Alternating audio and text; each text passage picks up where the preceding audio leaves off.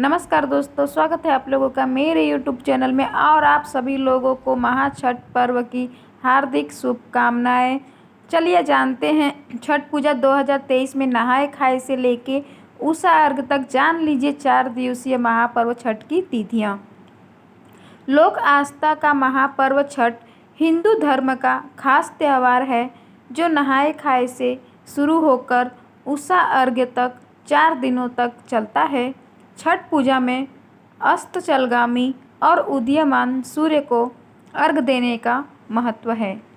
कार्तिक माह में कई महत्वपूर्ण पर्व त्यौहार पड़ते हैं जिसमें महापर्व छठ भी एक है।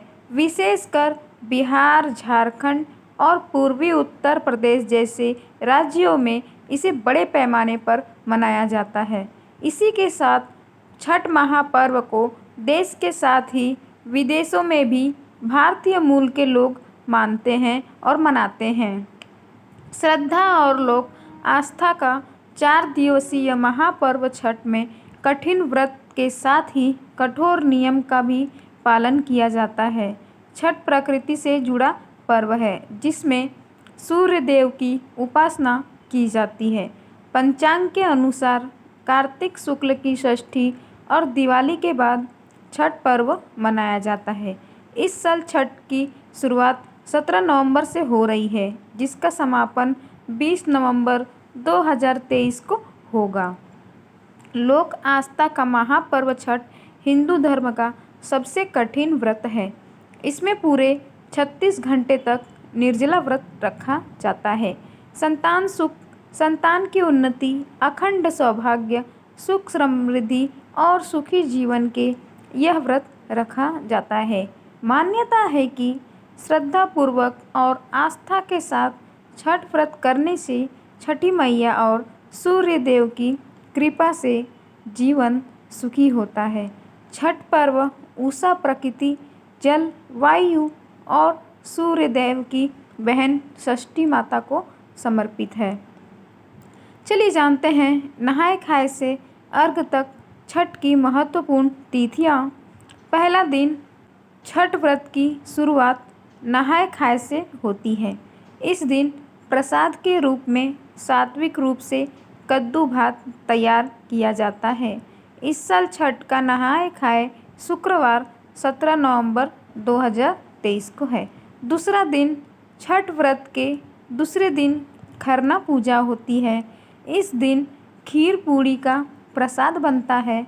खरना वाले दिन संध्या में खरना प्रसाद खाकर व्रती 36 घंटे का निर्जल व्रत शुरू करती हैं। इस साल खरना शनिवार 18 नवंबर 2023 को है।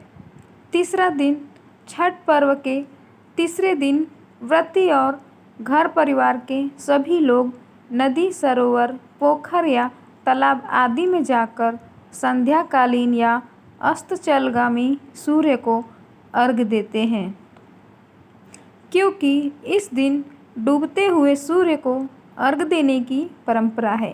कुछ लोग अपने घर पर ही पानी का जमाव बनाकर अर्घ्य देते हैं।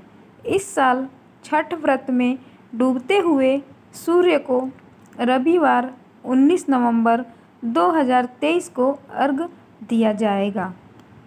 चौथा दिन छठ पर्व के आखिरी दिन उषा अर्घ्य यानी उदीयमान सूर्य को अर्घ्य देने की परंपरा है। यानी उगते हुए सूर्य को अर्घ्य देने के बाद छठ व्रत संपन्न हो जाता है।